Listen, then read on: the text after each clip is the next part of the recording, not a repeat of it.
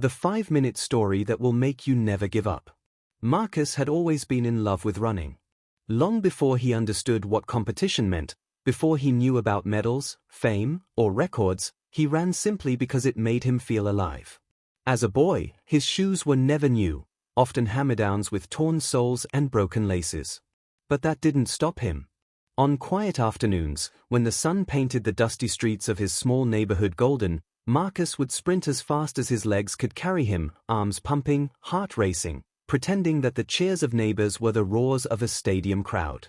He dreamed of one day standing under bright lights, wearing his country's colors, and hearing his name announced among champions. The Olympics weren't just a fantasy for him, they were the horizon he ran toward every single day. But life rarely lets dreams unfold without obstacles. When Marcus was 15, tragedy struck. On his way home from practice, a reckless driver lost control of his car. The impact sent Marcus to the ground, pain shooting through his body. When he woke in the hospital, the sterile smell of medicine filling his nose, he was told the news that shattered his world. His leg was broken in multiple places. The doctors worked hard to repair it, but their words after surgery cut deeper than the accident itself. "Son, you'll walk again," one said gently, "but running the way you used to? That may never happen." Those words echoed in Marcus's head like a cruel verdict. His dream, the one thing he had built his identity around, seemed to vanish overnight. He stared at the ceiling of his hospital room, tears sliding down his cheeks, asking himself the same question again and again: why me? For weeks, Marcus spiraled in despair. He watched athletes on TV, their effortless strides mocking the crutches leaning against his bed. Friends visited, offering encouragement, but Marcus could barely look them in the eye. To him, the future felt empty. But one evening, when the ward was quiet and shadows stretched long across the floor, Marcus noticed his mother sitting by his bed. Her eyes were tired, but her voice was steady. She held his hand and whispered, "Marcus, dreams don't die because of pain. They die only when you stop chasing them. If you can't run today, then walk. If you can't walk, then crawl. But promise me you'll never give up." Something inside him shifted that night. Her words weren't magic. They didn't erase the pain or fix his leg, but they planted a seed of defiance. If there was even the smallest chance he could run again, Marcus decided he would fight for it. Rehabilitation was brutal. Every morning, Marcus faced hours of therapy, forcing stiff muscles and scarred tissue to bend and move. At first, even standing made his legs tremble. He fell again and again, each failure more humiliating than the last. But after every fall came the same quiet whisper in his heart: "Get up one more time." Days turned into weeks. Weeks into months. Marcus learned to walk again, then to jog. Pain was his constant companion, but he welcomed it. It meant progress.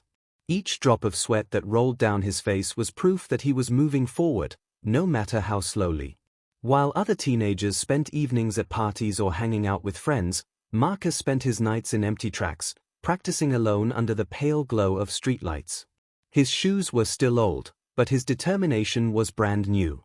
He wasn't just training his body, he was training his spirit to endure. By the time Marcus turned 18, something remarkable had happened. He wasn't just walking, he was running again. His stride wasn't perfect, and he still carried scars from the accident, but he had clawed his way back into the sport he loved. Coaches who had once written him off now watched in surprise as he clocked times faster than anyone expected. But Marcus wasn't satisfied. He didn't come this far just to run casually, he still wanted the Olympics. He began to push himself harder than ever before. Early mornings started with grueling track sessions. Afternoons were spent in the gym, rebuilding every muscle that had withered during recovery. Nights were dedicated to studying tapes of world-class runners, analyzing every movement, every technique. There were still setbacks, injuries, moments of doubt, and the sting of watching competitors who seemed naturally gifted glide past him. But Marcus carried something most of them didn't: the memory of what it felt like to almost lose everything. That memory fueled him in ways talent never could. Years later, the moment came. Marcus stood on the starting line of the national trials, the stadium buzzing with energy. He looked around and saw athletes who had trained under the best coaches, who had never known what it felt like to hear, "You'll never run again." As the starter raised the gun, Marcus closed his eyes for just a second. He thought of the hospital bed, the crutches, his mother's words, and every lonely night on the track. Then the shot rang out.